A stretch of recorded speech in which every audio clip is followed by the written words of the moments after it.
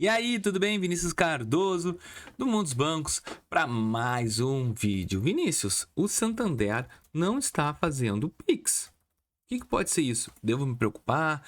Bom, assim, ó, quando o assunto é Pix, provavelmente é instabilidade. E aí não vai permitir realizar a transação Pix, porque o Pix é uma transferência rápida. Tem que demorar no máximo 7 segundos, sabia? A partir do 7º segundo, se tiver algum delay, ele acaba entrando em processamento e dá falha.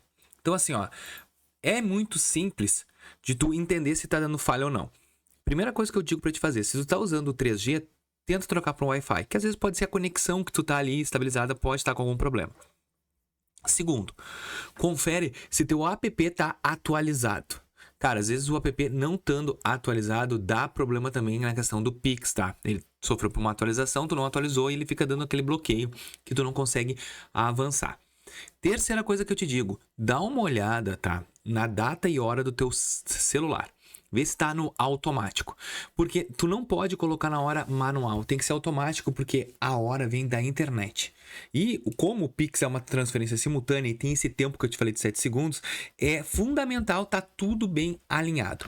Relação de tempo, tudo que tu vai fazer dentro da plataforma, tá? Então, esses são os assuntos que tu poderia resolver caso o problema tivesse no teu aplicativo.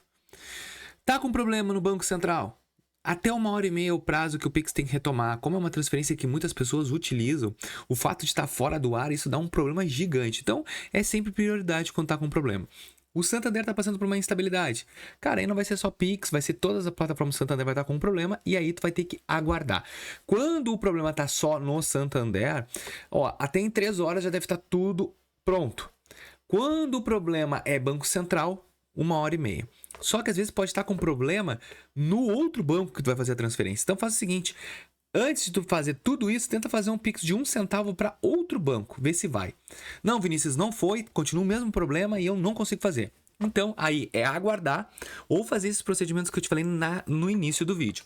Faz os procedimentos que provavelmente vai funcionar.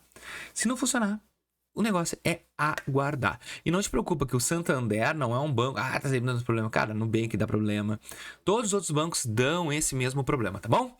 Eu espero que vocês tenham gostado. Se gostou, deixa teu like, se inscreve no canal e até o próximo vídeo. Valeu!